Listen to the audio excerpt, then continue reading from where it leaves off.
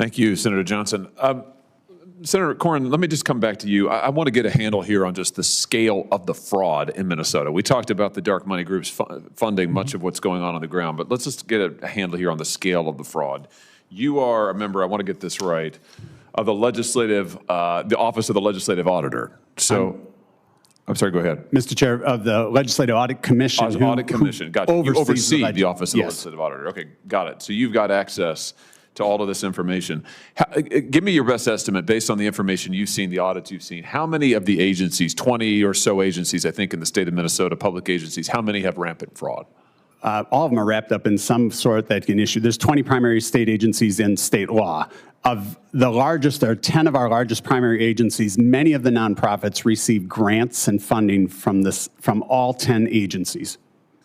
If you had to put a number on it, based on what you've seen, your work, your investigations, the audits that you've seen, what do you think the total losses are to Minnesotans in terms of fraud? I think the conservative number is what our federal investigators have determined. Of just the 14 Medicaid programs, that half of all of it would be about $9 billion.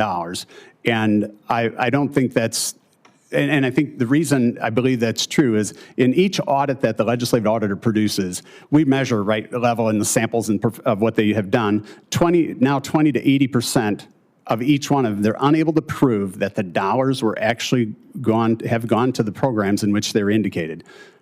$9 billion.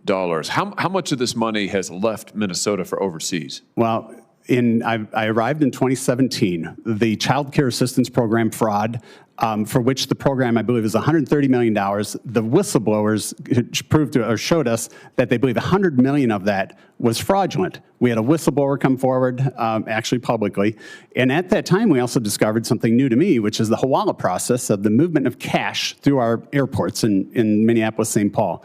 And what I've come to learn, in that year it was just coincidentally $100 million in fraud, suspected fraud, and $100 million went out in cash through the Minneapolis St. Paul airport. I've learned that. Tell us how that worked. $100 million in cash through the airport. In suitcases, back then it was $1 million out of crack. And so I've learned that in the year before it was about $74 million. Secretary Bessent I've tried for 2.5 years to get that number because I wanted to get a view of how many excess dollars are sent out from the from the community that's sending them. And in the last 2 years, it was $340 million each year. And so if you look at it, it's about a 25% increase over this period from 2017. That's $1.8 billion in cash. And I don't think the average citizen who works for their money understands how complicated it is to ship or to obtain $6 to $7 million of cash every single week of the year. And our federal government certainly must have been aware of it and has done nothing to look at it. But that's just all but about $130 million, I think, is originated out of Minnesota. You know, but what every American taxpayer absolutely understands is their federal tax money being taken on suitcases out of this country to go heaven knows where. I mean, if that's not infuriating, I don't know what is. And the fact that it is systemic in Minnesota, and probably to your testimony, Mr. Talco, probably systemic in a lot of other places. I mean, millions of dollars in suitcases out of an airport, and that's just one means of shipping this money around. I mean, it's absolutely unbelievable. I want to come back to you, Mr. Talco. You testified that about $1 trillion you think is lost in fraud every year. Where is this money going? I mean, we know where some of it's going in Minnesota. It went overseas. It went to Somalia. It went to NGO fronts. We know where it's gone in some other states. California gave away billions of dollars to a pro-Hamas NGO. But $1 trillion nationally, where's this money going to? I appreciate that question because most people don't ask that question. It goes to terrorism. It goes to child trafficking. It goes to drugs. It goes to terrorism. And then it's used to purchase luxury items, cars, purses, homes. That's all funded by people like me that pay taxes. So you're telling me that the electrician who goes to work every day and clocks in and works his butt off and tries to earn just enough to be able to, make his rent, maybe have a kid or two, put food on the table, his tax money is being used to buy other people luxury items, cars, yachts, whatever else, and is going to fund terrorism and child trafficking? Yes, sir.